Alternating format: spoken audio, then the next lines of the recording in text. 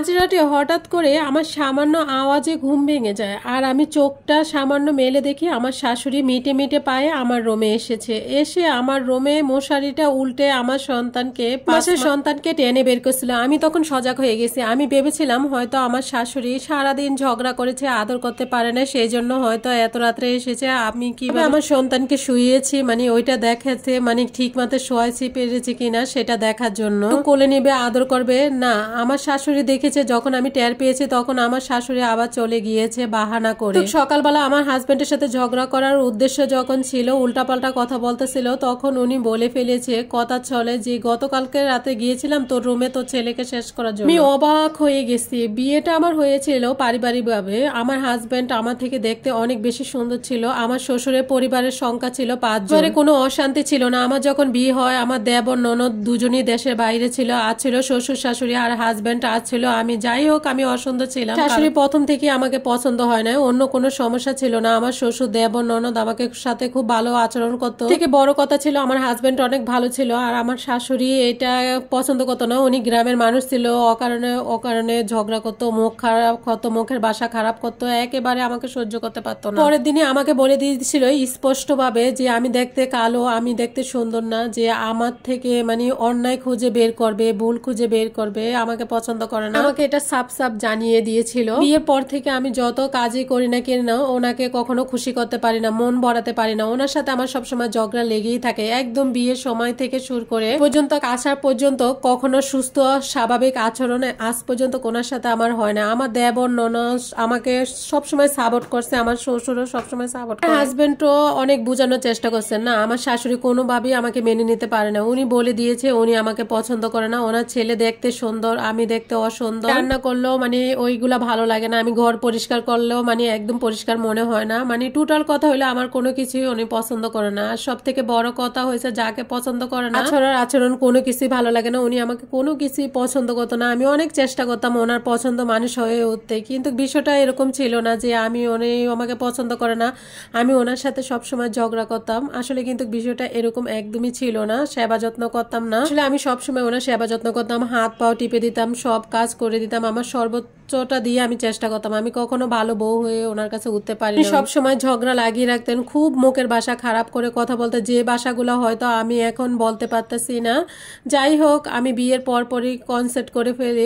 উনি হঠাৎ করে একদিন রাগের মাথায় আমার সাথে খুব মুখ খারাপ করে কথা বলে। আমি খাটায় বসা ছিলাম, উনি সব সময় আমাকে একটা খোঁটা দিত। আমার বাবার বাড়ি থেকে কোনো কিছু দেয় না, আমার বাবার বাড়ি ছোট লোক, আমার বাবার বাড়ির মানুষকে অনেক খারাপ ভাষায় কথা বলতো। এই সময় ওনাদেরকে আসলে কোনো চাহিদা ছিল না, সেই অনুযায়ী আমার পরিবার থেকে এরকম কোনো কিছু দেওয়া হয় না। এই জন্য উঠতে বসতে সবসময় খোঁটা দিত, খারাপ ধরনের কথা বলতো। যাই হোক বিয়ের পরে ওনাদের কোনো চাহিদা ছিল না, সেই অনুযায়ী আমার পরিবার থেকে তো এরকম কিছু দেওয়া হয় না। এইটার জন্য উঠতে বসতে সবসময় অনেক খোঁটা দিত, অনেক খারাপ ধরনের কথা বলতো। একদিন উনি আমার রুমে এসে আমার হাজবেন্ডের সাথে আমার সাথে অনেক বেশি ঝগড়া করতেছিল। তখন আমার পেটে বাচ্চা ছিল। উনি আমাকে এত জোরে লাথি মারছে, খাট থেকে ফেলে দিয়েছিল, সাথে সাথে আমার বাচ্চাটা মিসকেটেড হয়ে যায়। আমি অবাক হয়েছিলাম যে একজন শাশুড়ি মা কিভাবে পারলো আমার এত বড় ক্ষতিটা করতে। আমি খাট থেকে পড়ে একেবারে অসুস্থ হয়ে গিয়েছিলাম, হসপিটালে নেওয়া হয়েছিল। ডাক্তার বলে আমার বাচ্চাটা আর নেই। আমি ওনাকে ক্ষমা করে দিয়েছি, কিচ্ছু বলি নাই। অন্যায় করেছে তারপরে উনি অনুতপ্ত নয়, অনেক বেশি অহংকারী হয়েছে এবং অনেক বেশি আমাকে কথাতে আঘাত দিতেছে। আমি ওনার সাথে কোনোভাবে পেরে উঠতেছি না। আমার হাজবেন্ডের সাথে আমার 1.5 বছরের সংসার চলে, কিন্তু ওনার সাথে আমার বলতে গেলে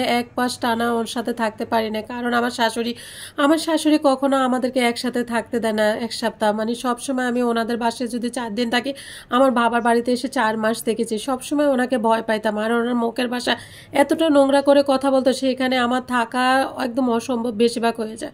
আমি চলে আসতাম ভয়ে ভয়ে। আমার হাজবেন্ডের সাথে আমার 1 মাস টানা সংসার হয় না, এটার চেয়ে কষ্ট আমার কাছে আর কিছু হতে পারে? আর এইভাবে আমাকে সবসময় খোঁটা দিত। আমার হাজবেন্ডের কোনো চাকরি নেই, আমার হাজবেন্ডের যেহেতু চাকরি নেই উনি বারবার আমাদেরকে বলতেছে আমাদের হাঁড়ি পাতিল যেন আলাদা করা দেওয়া হয়, আমাদের টোটালি খাওয়াতে পারবে না, উনি আমাদের দায়িত্ব নিতে পারবে না। কিন্তু আমার সংসারে এত কাজ করি, এত সেবা যত্ন করি, সারা সংসারে কাজ করি, তারপরে ওনার কোনো মন পেলাম না। উনি আমাদেরকে হাঁড়ি পাতিল আলাদা করে দেওয়ার জন্য বারবার ওয়ারিং করতেছে। আমার হাজব্যান্ড টিকতে না পেরে, আমার শ্বশুর টিকতে না পেরে আমার 2 দিন বাবার বাড়িতে পাঠিয়ে দিত। আমি যদি বাবার বাড়িতে এসে 2 মাস থাকি, ওইখানে গিয়ে হয়তো 1 সপ্তাহ থাকি। এইভাবে আমার সংসারটা প্রায় 2 বছরের মতো চলতেছে। এইভাবে আমার ছেলে আমার পেটে চলে আসে। তো আমার শ্বশুর, আমার দেবের সবাই পরামর্শ করে যে আমাকে আবার সবাই ওই বাড়িতে নেওয়া হয়। তখন আমার শাশুড়ি মানে খাবারে এত কষ্ট দিতে পারতো, রাতের পর রাত না খাইয়ে রাখতো, আমার স্বামীকে না খাওয়িয়ে রাখছে। আমরা দুজন উপাস থাকতাম। আমি যখন রান্না করে রাখতাম উনি ওই খাবারটা ফেলে দিতে, ওই খাবারটা আমাদেরকে খেতে দিতেন না। উনি আমাদেরকে খাবারই দিত না। আমি সহ্য করতে না পেরে আমার শ্বশুর, আমার হাজব্যান্ড মিলে আমাকে বাবার বাড়িতে পাঠিয়ে দিল। সে যে আমি সন্তান পেটে নিয়ে আসছি, টানা 10 মাস আমি আমার বাবার বাড়িতে ছিলাম। আমার সন্তান হয়েছে। আমার সন্তান হওয়ার 5 মাস পরে আবার আমি ফিরে গিয়েছিলাম আমার শ্বশুর বাড়িতে। কিন্তু যেদিন গিয়েছিলাম সেদিন রাত্রে আবার ঝগড়া শুরু করেছে। ঝগড়াটার কারণ ছিল আমি আমার বাচ্চাকে রেখে সকালে খাটের মাঝখানে রেখে সাপোর্ট দিয়ে বসেছিলাম। তখন ছোট মানুষ, শরীর নরম ছিল, ও পড়ে গিয়েছিল কাইত হয়ে। সেটা দেখে আমার শাশুড়ি রাস্তার মেয়ে এবং মুখ খারাপ করে ভেঙে ছুঁড়ে খারাপ ভাষায় গালাগালি করেছিল।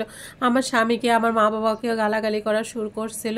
একটা পর্যায়ে আমি আর টিকতে না পেরে, আমার স্বামী টিকতে না পেরে ওনার সাথে কথা কখনোই পারি না। উনি তো এত বিশ্রী ভাষায় কথা বলে যা সারা রাত এভাবে কাটিয়ে দিয়েছিল। আমরা যখন ঘুমিয়ে পড়েছিলাম উনি চুপি চুপি আমাদের রুমে এসেছিল। মানে হঠাৎ করে টের পেয়ে গেছে। তখন চোখ মুলে দেখি উনি আমার রুমে আস্তে আস্তে এসছে। এসে যখন মশারি আগে দিয়ে যখন আমার সন্তানকে ধরছে, তো তখন ভাবছে যে দিনের সময় হয়তো ঝগড়া করছে, এই জন্য এখন আদর করতে এসছে। তখন আমরা হাজব্যান্ড ওয়াইফ মানে না খেয়ে দুজনেই কিন্তু কলা নিয়ে এসে খেয়ে ঘুমিয়েছিলাম। ভেবেছিলাম হয়তো ওকে আদর করে নাই, ও কীভাবে শুয়েছি সেটা হয়তো দেখতে আসছে। উনি যখন দেখেছে যে আমি টের পেয়েছি তখন উনি রুম থেকে তাড়াতাড়ি বের হয়ে গেছে। সকালবেলা আমার হাজব্যান্ডের সাথে আবার তকরাতকরি শুরু করছে এবং ঝগড়ার এক পর্যায়ে বলেছে, গতকালকে গিয়েছিলাম তোর রুমে তোর ছেলেকে শেষ করার জন্য। আমার মাথায় আকাশ ভেঙে পড়েছে যে একটা মা হয়ে কি একটা মায়ের সন্তানকে উনি আলাদা করতে চায়। মানে সবাই তখন অবাক হয়ে যায়। এবং আমার শ্বশুর হাজব্যান্ড সাথে এত ঝগড়া করছে, মানে আমার শাশুড়ির সাথে আমার শ্বশুর আর আমার হাজব্যান্ড।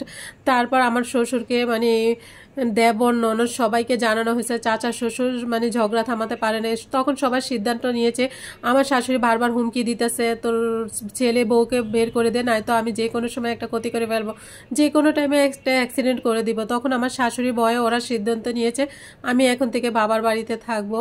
আমি সেদিন চলে আসছিলাম বাবার বাড়িতে এবং আমার সংসারটা বাবার বাড়িতে শুরু হয়েছে। এতটা কষ্ট পেয়েছি যা কোনোদিনও আমার স্বামীর সাথে 1 মাসও সংসার করতে পারিনি। আমার বাবার বাড়িতে থাকতে শুরু করছি, তাতে আমার ননদ এসেছে, এর ভিতরে আমার স্বামীকে বিদেশ পাঠানোর সব ব্যবস্থা করছে। তখন আমার দেবর ননদ প্রস্তাব করছে যে এখন তার বউকে বাড়িতে আসতে দেন, মানে ও বিদায় নিবে। তখন আমার শাশুড়ি এক কথা, এই বাড়িতে এই বউকে আনা যাবে না। তখন আমি নাকি রাস্তার মেয়ে, ওই বাড়িতে আমাকে জায়গা দেওয়া হবে না। তখন আমার হাজব্যান্ড বাধ্য হয়ে বলেছিল আমার বউর জন্য যেমন জায়গা হবে না, আমার বউ ছেলে যেখানে আছে আমি সেখান থেকে বিদেশ যাব।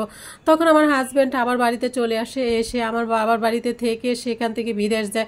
আমার হাজব্যান্ড আলহামদুলিল্লাহ অনেক ভালো মানুষ। তখন সে যদি সাপোর্ট না করতো তাহলে আমি টিকতে পারলাম না অনেক।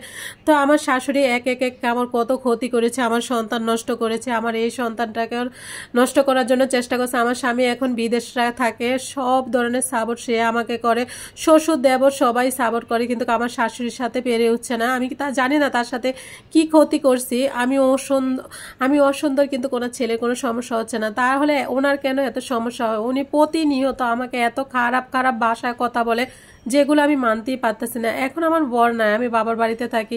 সেদিনই আমার হয়তো একটি স্বস্তি পাবো যেদিন আমি ঘর করতে পারবো, জমি কিনতে পারবো। আমার হাজব্যান্ড আমাকে সম্পূর্ণ সাপোর্ট দেয়। আমি এখন বাবার বাড়িতেই থাকি, শ্বশুর বাড়ি বলতে আমার কোনো কিছু নাই।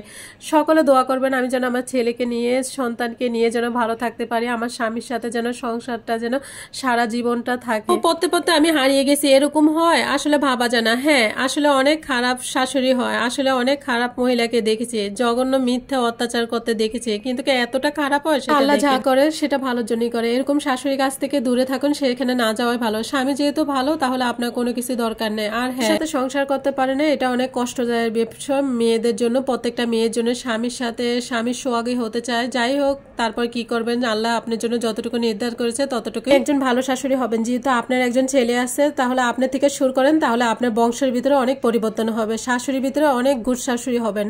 সকলে ভালো থাকবেন।